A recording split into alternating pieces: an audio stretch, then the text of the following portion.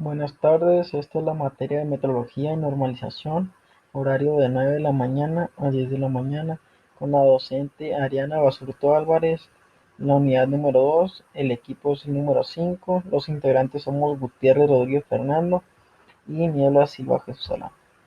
Bueno, yo les voy a hablar de la cinta métrica o flexómetro. Mi nombre es Fernando Gutiérrez.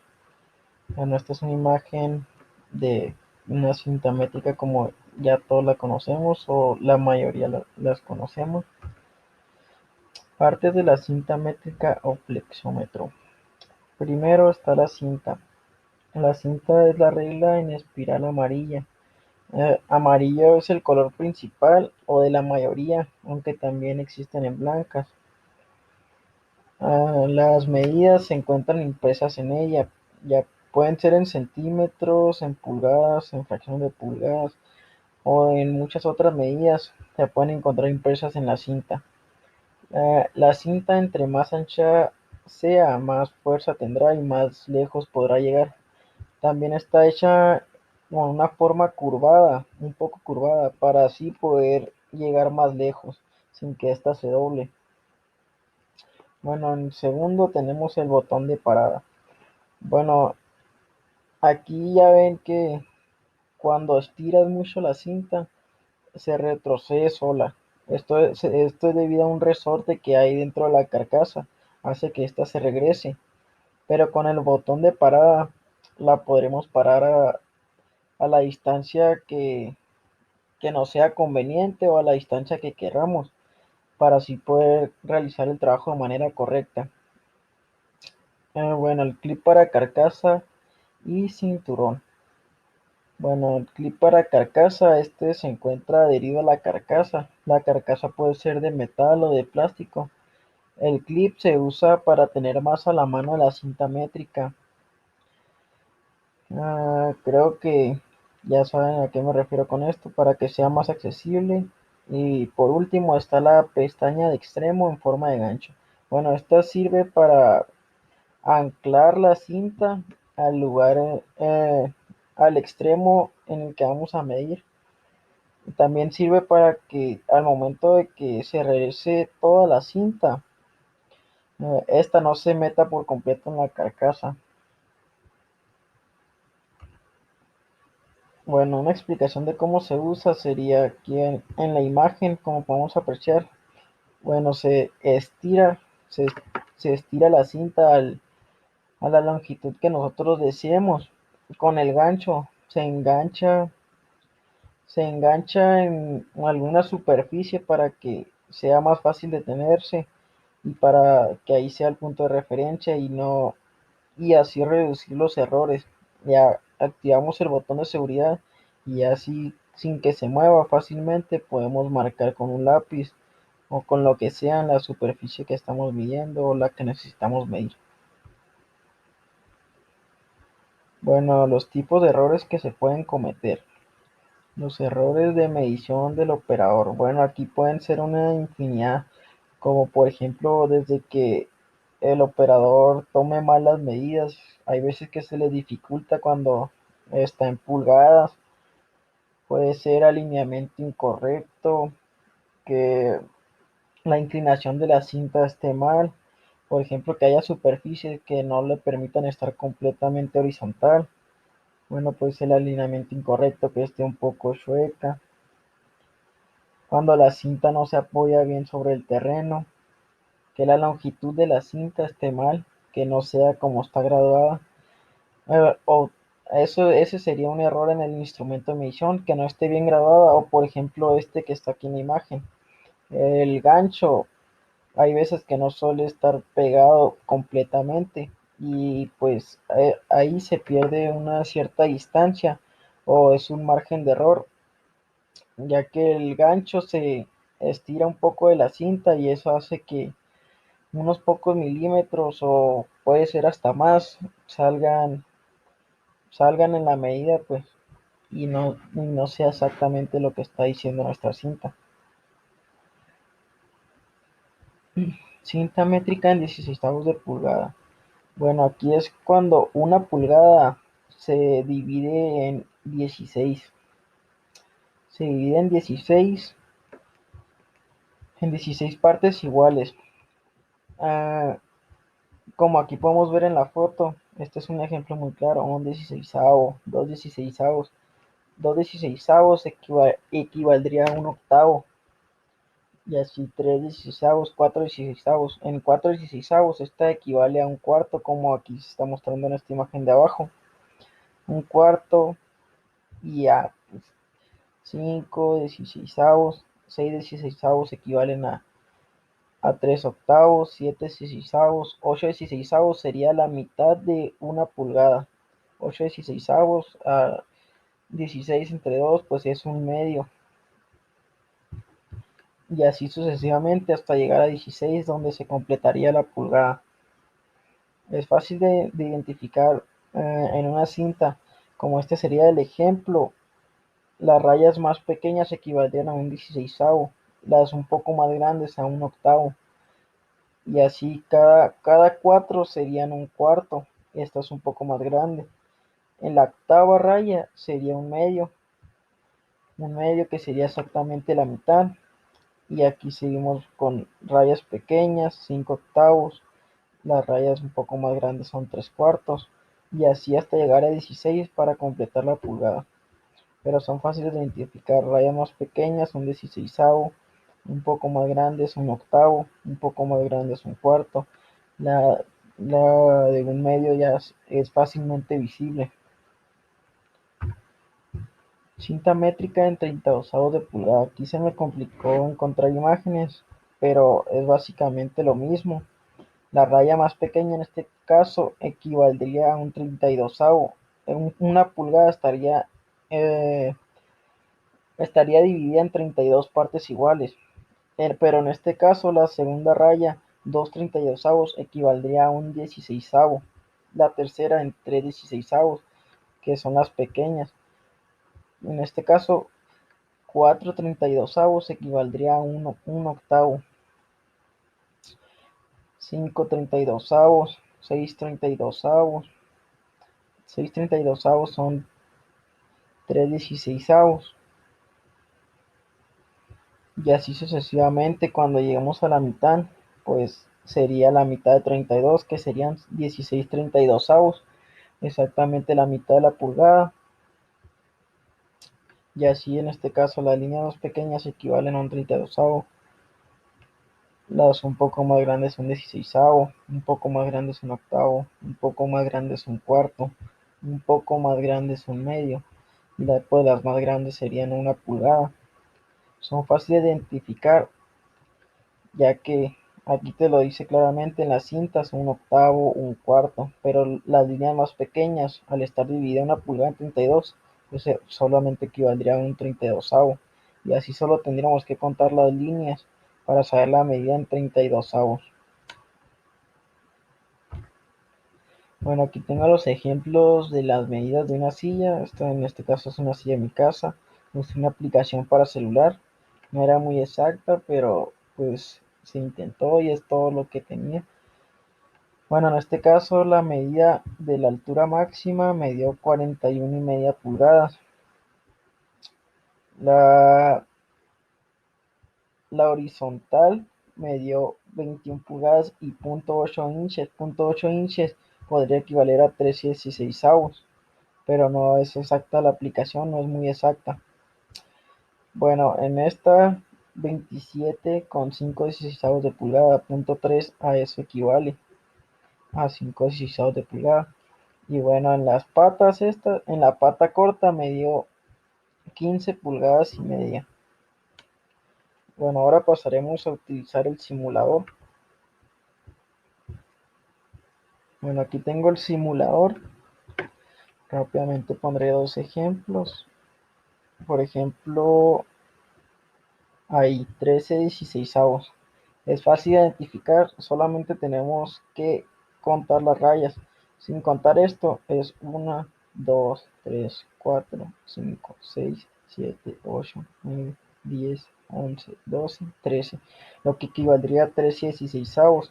En este caso, la regla del simulador está en 16avos de pulgada, pero bien podría ser esta medida un medio, que sería exactamente la mitad de las rayas, o podría también, en este caso, 3 cuartos. En este caso, las líneas de un cuarto serían estas. Aquí sería un cuarto, 2 cuartos y 3 cuartos. Por si lo queremos medir en 16avos, solamente tenemos que contar las líneas, todas las líneas. Un 16avo, dos 16avos, 3, 4, 5, 6, 7, 8, 9, 10, 11, 12. 12 16avos, lo que da exactamente 3 cuartos, que equivaldría a la misma medida. Y ahí estarían dos ejemplos fáciles de cómo identificar medidas en el simulador. Bueno, esto sería todo por parte de Fernando en el flexómetro. Bueno, también les presentaré el vernier o pie de rey. Me llamo Fernando Gutiérrez Rodríguez. Aquí podemos ver una imagen de cómo es el vernier. ¿Qué se puede medir con el vernier? Bueno, primeramente tenemos la medición de dimensión de exteriores. En este caso podríamos medir el ancho o el grosor de piezas que estén dentro de las medidas del vernier. Para esto son las mordazas para exteriores, que son las puntas más grandes, como las que se aprecian abajo. La medición de dimensiones interiores.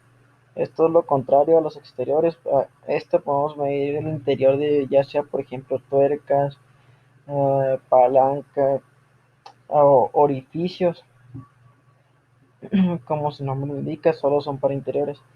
Medición de profundidad. Bueno, para esto será la barra de profundidad. Como su nombre indica, mediremos la profundidad de las superficies. Aquí tenemos algunos ejemplos para la medida de interiores. Aquí en este ejemplo se está midiendo una llave. ¿Cuánto mide el interior? Con las caras para interiores. En las medidas exteriores, como les mencionaba, está tomando el grosor de una tuerca. En la medida de profundidad, aquí podemos ver claramente en el ejemplo, debe estar el vernier apoyado completamente y solo bajará la barra para profundidad y ahí nos dará la medida. Las partes de un vernier. Bueno, las partes de un vernier, como aquí las podemos apreciar, estas son las puntas para interiores, como ya les mencionaba, son para medir interiores. Una de estas es fija y la otra no, la otra está en el cursor y esta se puede mover y así poder tomar las medidas. Puntas para exteriores sería lo mismo, una es fija y la otra es móvil, una está colocada en el cursor. Con el tornillo de fijación, después de tomar alguna medida, lo apretamos y con este ya no se moverán las medidas y podremos tomar la medida más exactamente. Escala del vernier, como ahí mismo lo indica, esta está en el cursor. El cursor, bueno, es la parte móvil con la que podremos tomar las medidas interiores y exteriores. Botón para pulgar, se utiliza para deslizar más cuidadosamente el cursor, no moverlo tan bruscamente. Ya con esto ya lo podemos hacer más precisamente. La escala principal, esta se encuentra grabada en el brazo principal, podría ser bien en pulgadas, centímetros o milímetros, pero siempre estará en el brazo principal. Varilla de medición de profundidad. Bueno, pues ya sabemos para qué sirve esta se encuentra al final del vernier. Rango y precisión del vernier analógico. Bueno, como podemos apreciar en la imagen de arriba, el rango será lo que mide la distancia total de 0 a 15 en el brazo principal con lo que está grabada. En este caso serían 15 centímetros, como podemos apreciar, y 5 pulgadas. Estas están grabadas en el brazo principal. Entonces el rango sería de 0 a 5 pulgadas o de 0 a 15 centímetros. La precisión del vernier analógico casi siempre se indicará en la burbuja. En este caso es de 0.02 milímetros. ¿Qué quiere decir esto? Que cada raya medirá 0.02 milímetros y estos al final se le sumarán a la medida. En el caso del vernier digital, esto es mucho más fácil, ya que solo te da la medida. El rango sería igual de 0 en este caso a 100 milímetros, como se muestra en el brazo principal.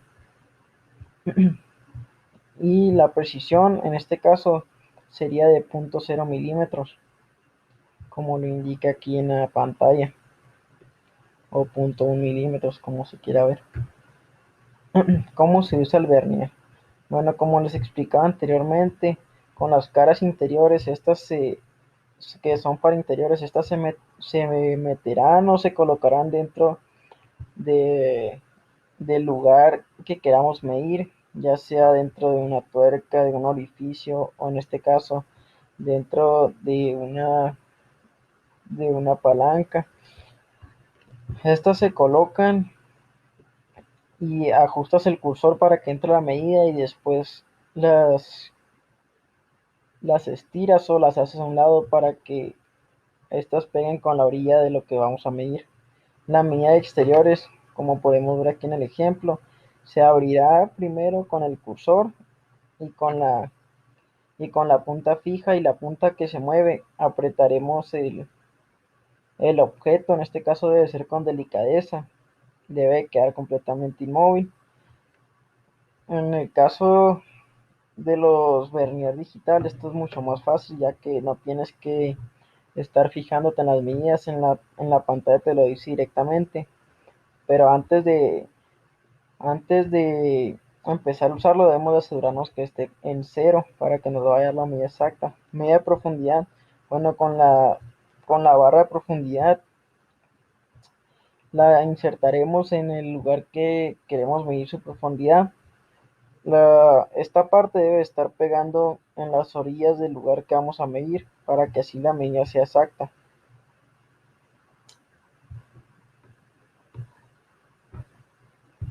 Tipos de errores que se pueden cometer con el vernier. Un error común es no poner la báscula bien en el cero, lo que causa que nos salga la medida de más o medida de menos. Este es un error común cuando se están tomando varias medidas, por lo que es recomendable siempre ponerlo en cero o calibrarlo cuando no está bien calibrado. Error en la fuerza ejercida. Bueno, la fuerza ejercida al efectuar mediciones puede provocar deformaciones en la pieza.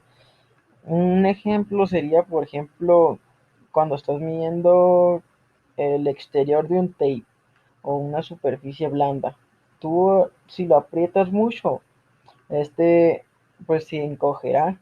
Por eso debes de tener cuidado, hacerlo cuidadosamente para no dañar el objeto. Error por instrumento no adecuado. Antes de realizar cualquier medición es necesario determinar cuál es el instrumento más adecuado para la aplicación que se trate. Tipo de medición que se tomará, cantidad de piezas por medir, tamaño de la pieza y exactitud deseada. Tamaño de la pieza y exactitud deseada es muy fácil de identificar porque el vernier ya tiene el rango que ésta puede medir, y si se pasa del rango lo que queremos medir, pues obviamente no podremos usar el vernier para esta tarea. A continuación les enseñaré a usar los simuladores. Primero vamos con el analógico, que sería este. Para utilizarlo debemos de tener en cuenta primero, por ejemplo aquí, la medida del brazo principal o de la parte principal, es la que está grabada aquí. Aquí, como podemos apreciar, se tomará en cuenta el 1, 2, 3 y lo demás para que su precisión sea exacta. Lo veremos aquí en la burbuja. En este caso es 12. 1.312. De aquí va del 0, 1, 2, 3, 4, 5, 6, 7, 8, 9 hasta el 1. A partir del 1 contaremos las rayas. 1, 2, 3. Tiene que estar tocando la raya para saber qué es el 3. En este caso, punto 12, esto lo veremos en la burbuja. Aquí está la precisión que se está tomando, 0.01 inches, 0.01 pulgadas. Aquí serían 12 rayas, por lo que sería la precisión que de los últimos dos dígitos. Otro ejemplo sería, por ejemplo, aquí, 1.688. Bueno, como ya les decía, a partir del 1 contaremos las rayas: 1, 2, 3, 4, 5, 6. 6 y en la burbuja se deberá de ver en qué número está. En este caso está en la raya número 88 y aquí está la precisión: 0.01 inches o pulgadas. En este caso son 88, por lo que será los últimos dígitos de la medida. A continuación pasaremos con el simulador de Vernier digital. Este es mucho más fácil, ya que solo al moverlo en la pantalla solo nos indicará la medida, y en vez de tener que estar contando las líneas de la aguja, aquí solo le indica. Como podemos ver aquí, 1, 2, 3, 4, 5, 6, 7, 8, las 8 líneas las sobrepasa, y acá en vez de que nosotros tengamos que estar contando línea por línea, en la pantalla solo dará el- la medida. Puede ser en milímetros o en pulgadas. Aquí podemos ver un ejemplo en pulgadas. Ahí está un ejemplo en pulgadas. Es muy fácil de ajustar, y para regresarlo a cero, pues ahí está un botón. Regresamos el medidor a cero y pues el Vernier también a cero, y ahí ya estaría completamente calibrado y listo para tomar otra medida.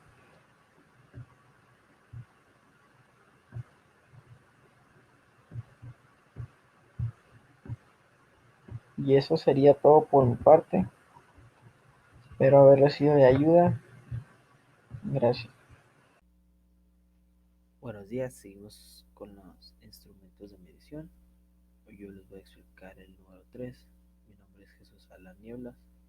El equipo está conformado por Niebla Silva y Gutiérrez Fernando. Y pasaremos a explicárselos. ¿Qué es el micrómetro? El micrómetro, micron o micra, es una unidad de longitud equivalente a una milésima parte de un milímetro. Este instrumento nos ayuda a dar resultados en milésimas de milímetros midiendo objetos pequeños. ¿Qué se puede medir con el micrómetro? El micrómetro es un instrumento de medición cuyo funcionamiento está basado en el tornillo micrométrico, que sirve para medir las dimensiones de un objeto con alta precisión. Como ya lo habíamos dicho, objetos pequeños, y que nos dé el resultado de su medición perfectamente. Y algunos de los ejemplos de objetos que se pueden medir serían espesores de chapas, rodamientos, engranajes, diámetros de tuercas, etc. Las partes de un micrómetro pues son fundamentales para que este funcione. Comenzaremos por el trinquete. ¿Qué es el trinquete? El trinquete es un mecanismo que permite a un engranaje girar hacia un lado, pero le impide hacerlo en sentido contrario. Esto quiere decir que si por ejemplo el trinquete gira hacia la derecha, es imposible que gire hacia su lado contrario, que sería pues la izquierda. Después tenemos el agarre de moleteada. Este más que todo es como la parte rasposita, roñosita, que sirve para tener un mejor agarre, para que no se resbale, que no se nos caiga, etcétera. Después está la manga. Esta es una pieza cilíndrica de tipo de barril que se monta en el eje y es la escala principal del micrómetro, porque la escala principal está grabada en el manguito. Después tenemos el dedal, que gira alrededor del manguito y el husillo. El dedal es fundamental para que la manga realice su tarea, ¿no? Que gire y nos muestre su escala, los números, etcétera.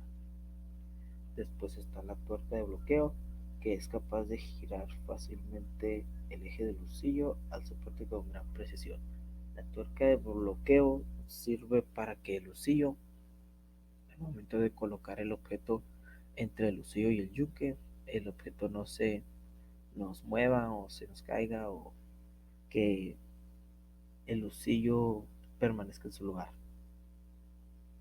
Después tenemos el lucillo, que es un tornillo metálico de madera utilizado para el movimiento de las prensas en estos instrumentos.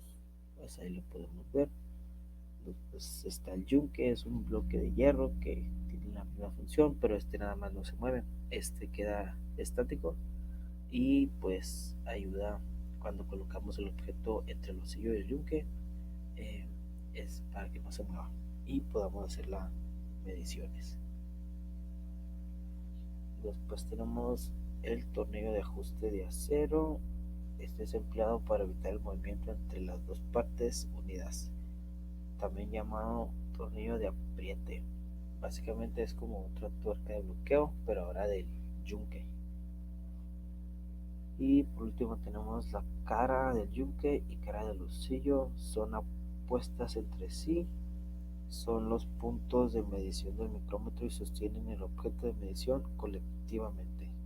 Su función principal es la indicación de lectura en milímetros en el caso del micrómetro. Bueno, esas son las partes del micrómetro. Espero haya quedado claras. Eh, a continuación tenemos la diferencia entre el micrómetro analógico y el digital. Un ejemplo de avance tecnológico es el que se ha dado en la industria de los instrumentos de medición, los cuales ya pueden transmitir datos directamente a una computadora, evitando así errores de usuario al momento de la toma de mediciones en una pieza de trabajo. Este pequeño avance tecnológico tiene una muy alta importancia, ya que asegura una mayor calidad en el trabajo que se realiza.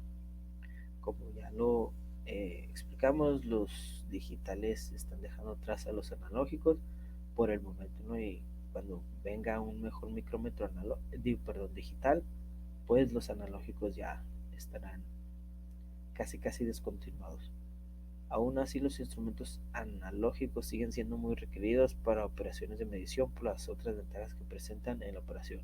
Una de esas ventajas sería que son menos costosos que los digitales. Bien, a continuación aquí podemos observar un micrómetro digital, que es uno de los más recomendados o más utilizados porque es muy preciso. El único problema que tiene este es que es demasiado costoso. Uno, tan solo una pieza de este micrómetro te sale entre los 13,000 y 14,000 pesos mexicanos, mientras que un analógico, por ejemplo este, está entre los 2,000 y 3,000 pesos mexicanos. Eso quiere decir que con el dinero de 4 analógicos, pues te compras uno digital y muchas veces no conviene porque las empresas no quieren gastar tanto y básicamente es la misma función que desarrollan, simplemente que este es más fácil de utilizar y más sencillo y seguro. ¿Cómo se mide el rango del micrómetro? Su funcionamiento se basa en un tornillo micrométrico que sirve para valorar el tamaño de un objeto con gran precisión, en un rango del orden de centésimas o de milésimas de milímetros. Para proceder con la medición posee dos extremos que se aproximan progresivamente. Esa es la manera de utilizar y encontrar el rango de un objeto. Las ventajas y desventajas de los instrumentos analógicos y los digitales. Las ventajas de los analógicos sería que son de bajo costo, en algunos casos no requieren de energía de alimentación, no requieren gran sofisticación, presentan con facilidad las variaciones cualitativas de los parámetros para visualizar rápidamente si el valor aumenta o disminuye, etc. Las ventajas de los digitales: tienen alta resolución, alcanzando en algunos casos más de 9 cifras en lecturas de frecuencia y una exactitud de más o menos 0,002 milésimas de milímetros. No están sujetos al error de paralaje. Pueden eliminar la posibilidad de errores por confusión de escalas. Tienen una rapidez de lectura que pueden superar más de 1000 lecturas por segundo. Pueden entregar información digital para procesamiento inmediato en computadora. Y las desventajas de los analógicos: tienen poca resolución, típicamente no proporcionan más de 3 cifras, el error de paralaje limita la exactitud a más o menos 0,5% a plena escala En el mejor de los casos, las lecturas se presentan a errores graves cuando el instrumento tiene varias escalas, la rapidez de lectura es baja, típicamente una lectura por segundo, etcétera. Y como aquí como podemos observar, las desventajas son más de los analógicos que los digitales. Las desventajas de los digitales sería el costo es elevado, son complejos en su construcción, las escalas no lineales son difíciles de introducir, en todos los casos requieren de fuente de alimentación. Como vemos, pues no se comparan las desventajas y las ventajas. Bien, ahora pasaremos a explicar un ejemplo en un simulador que se encuentra en Google. Abre, abre. Aquí, aquí está. Este es eh, la lectura y cuidado del micrómetro en milésimas de milímetros. Estos son los simuladores que se encuentran en las páginas web. Bien, por ejemplo, ahora un dato curioso es que los micrómetros solamente pueden medir eh, lo externo de los objetos, quiere decir lo de fuera, no lo de adentro de un objeto, para darnos a entender. Para medir lo interno de un objeto sería con otro instrumento. Bien, ahora pasaremos. Esta escala que tenemos aquí se llama regla graduada y nos indica que va del 0 al 25.000 milésimas de milímetro. Déjenme ponerlo, ahí está. Aquí nos puede indicar que ya está en el 25.000 milímetros. Y la escala va de 0.5 en 0.5, por ejemplo. Aquí sería 0, 0.5, 1 milímetro. 1.5, 2 milímetros, 2.5, 3 milímetros, 3.5, 4 milímetros, 4.5, 5 milímetros. Aquí nos indica. Aquí serían 15 milímetros, 20, 25. Después tenemos la escala de los nonios que van del 0 al 10. Aquí podemos ver 1, 2, 3, hasta el 10. Y por último tenemos el tambor graduado en nonios y este va de 100 en 100. Por ejemplo, aquí serían 100, 50 y 0. Ahora bien, vamos a tomar un ejemplo al azar aquí, indicándolo. Por ejemplo, vamos a dejar, no sé, vamos a moverlo un ratito, que se mueva solo. Y lo detenemos ahí. Bien, aquí nos está diciendo el resultado, que sería 20,979 milésimas de milímetros, pero al momento de utilizarlo en físico, pues obviamente no nos da este dato, a menos de que no sea digital. Y si es analógico, pues vamos a ver cómo leer esto que nos da aquí. Bien, como ya les dije, vamos a anotar primero los milímetros, si quieren, ¿no? Para no equivocarse uno por uno, pero no, eso es complicado. Aquí ya tenemos en milímetros y nos fijamos que serían 20, 20.5 y casi no podemos observarlo, pero no pega en el 21 milímetros. Así que los datos los recabamos en la calculadora o en una libreta para como se nos haga más fácil. Colocaré yo en una calculadora 20.5 más. Ahora bien, nos iremos al tambor y veremos en qué línea quedó casi en el 0 de la escala graduada. Como podemos observar, casi el 46, 57, 48 casi pega, pero no pegó. De esta forma nos vamos a quedar con la de abajo. Entonces aquí serían 46, 47. Colocamos en la calculadora .470. Recordemos que este es de 100 y ahí serían 470. Más en la escala de los nonios, aquí en lo físico no tendremos esta rayita en color y no sabremos cuál es. Así que debemos darnos cuenta cuál es la rayita de los nonios y del tambor que quedó, que se junta, que queda derecha. Básicamente, miren, por ejemplo, aquí arriba no queda derecha, ni la de abajo, no quedan a la par, pero esta sí. Entonces esa es la línea que utilizaremos de los nonios y quedó el 9 y sumaremos más .009 porque esas son las centésimas y ya nos daría el resultado de 20,979 milésimas de milímetros. Es realmente fácil, pero utilicemos otro ejemplo para así medirlo ahí. De igual forma contamos el primero los milímetros. Esto que estamos haciendo aquí es esto, simplemente que pues se mira más grande. Contamos 1, 2, 3, 4, 5, 6.5. De igual forma no llegó al 7. Entonces colocamos los datos 6.5. Nos vamos a la escala de tambor. Como vamos a observar, aquí serían 450 más punto 450 otra vez más, y en los nonios sería 2, 3, porque recordemos que es la que queda a la par, sería más punto 003 y nos daría el resultado de 6,953 milésimas de milímetros.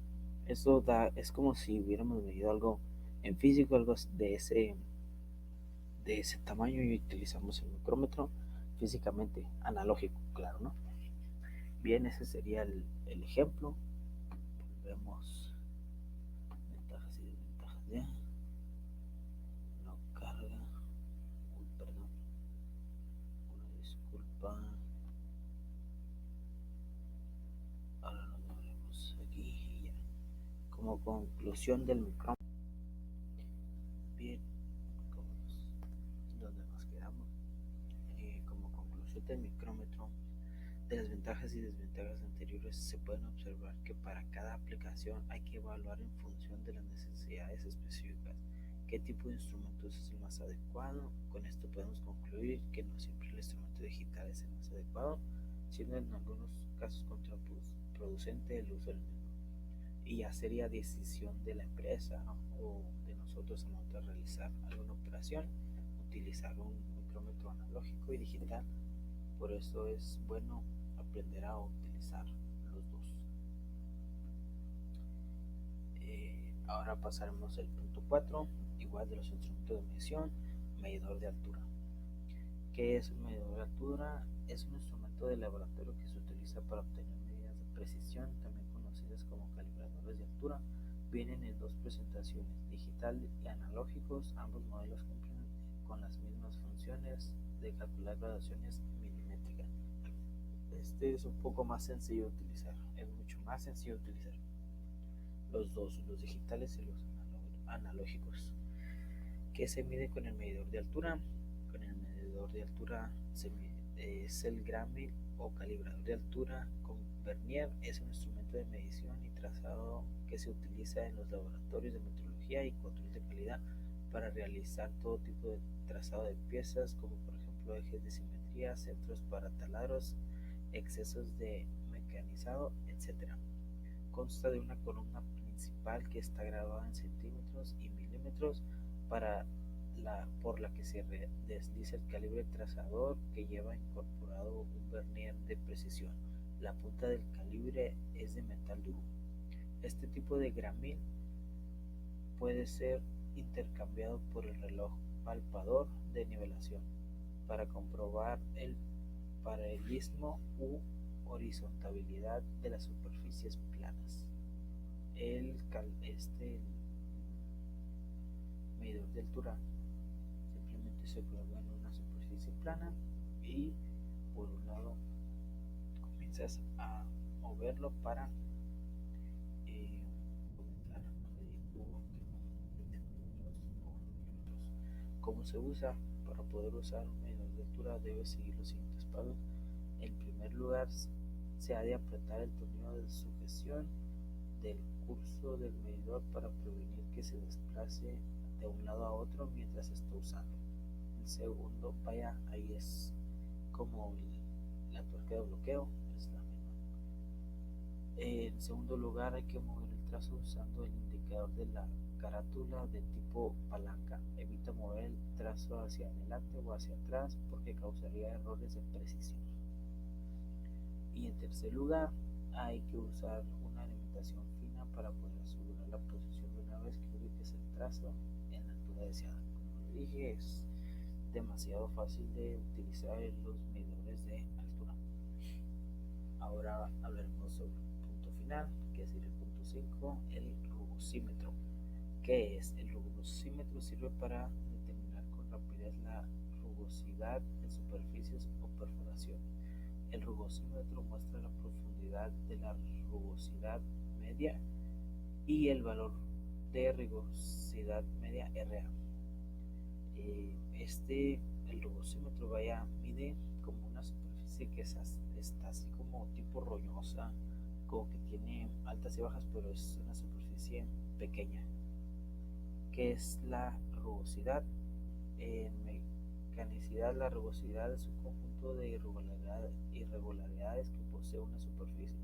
La mayor o menor rugosidad de una superficie depende de su acabado superficial. Este permite definir la microgeometría de la superficie para hacerla válida para la función en la que haya sido realizada. Como ya lo dije, la rugosidad está mayormente en el suelo y son como superficies como montañitas, pero casi pequeñas. Y la medimos para saber si podemos trabajar en ella o no. ¿Cómo se mide la rugosidad? Para medir la rugosidad solo tendrá que colocar el sensor sobre la superficie y este se desplazará sobre ella de manera uniforme para de este modo calcular el valor de rugosidad. Como ya lo dije, es demasiado sencillo, simplemente tomas rugosímetro, lo colocas por la parte de abajo y solo hace sus medidas. En mecánica de rugosidad es el conjunto de irregularidades que posee una superficie. En el Sistema Internacional de la Unidad de Rugosidad, el micrómetro o micra, una micra es igual a 0,001 milésimas de milímetro, mientras que en el sistema de anglosajón se utiliza el micropulgado. Pues esa es la medida de una micra, es igual a 0,011 milésimas de milímetros. Aquí está el rugosímetro. Este es un rugosímetro digital. El analógico es un poquito más difícil de conseguir y de utilizar, y por eso aquí sí se prefiere 1000 veces el digital. Y como conclusión, los instrumentos de medición son instrumentos demasiado eficientes para medir cualquier objeto pequeño o grande, de cual necesitamos saber su medida exacta. Son instrumentos fáciles de utilizar y muy precisos. Nos ahorran tiempo y dinero a la hora de trabajar. Y son instrumentos demasiado sencillos de utilizar. Simplemente tenemos que informarnos antes de utilizar, aprender a utilizarlos para así evitar errores. Muchas gracias por su atención. Somos el equipo 5, Alan Nieblas y Fernando Gutiérrez, y bye.